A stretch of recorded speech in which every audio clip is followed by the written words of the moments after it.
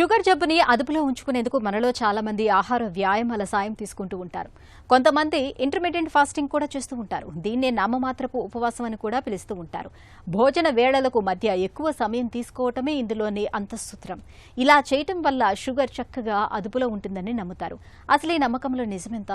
ఆసక్తికరమైన ఈ విషయం గురించి డాక్టర్ ఏం చెప్తున్నారో ఇప్పుడు విందాం.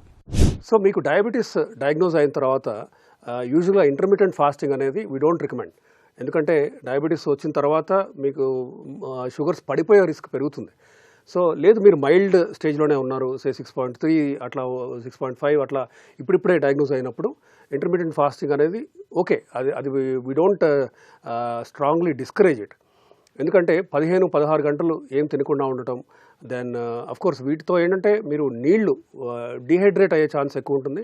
మంచి ఫ్లూయిడ్ ఇంటేక్ తీసుకుంటూ మీరు అంటే ప్రీ డయాబెటిక్ స్టేజ్లో ఉన్నప్పుడు ఇంటర్మీడియట్ ఫాస్టింగ్ చేయొచ్చు, no problem. But fasting break చేసిన తర్వాత ఏం తింటున్నారు మీద కూడా చాలా ఇంపార్టెన్స్ ఉంటుంది.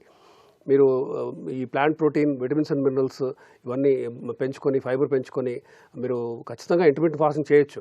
ఫుల్ బ్లోన్ డయాబెటిక్ ఉన్నప్పుడు మీరు ఖచ్చితంగా చేయకూడదు. ఎందుకంటే బాడీని ఒక స్ట్రెస్లోకి నెడుతుంది, కార్టిసాల్ లెవెల్స్ పెరుగుతాయి, షుగర్ లెవెల్స్ పడిపోవటం మీరు వాడే మందుల వల్ల అవ్వచ్చు, షుగర్ లెవెల్స్ పడే రిస్క్ పెరుగుతుంది. కాబట్టి intermediate fasting is not for severe diabetics.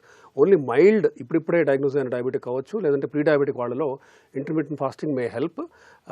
But ఏంటంటే హైడ్రేషన్ మీరు చేసే ఈ 16 గంటల్లో ఫ్లూయిడ్ వాటర్ ఇంటేక్ మాత్రం సిగ్నిఫికెంట్గా ఉండేలాగా చూసుకోవాలి.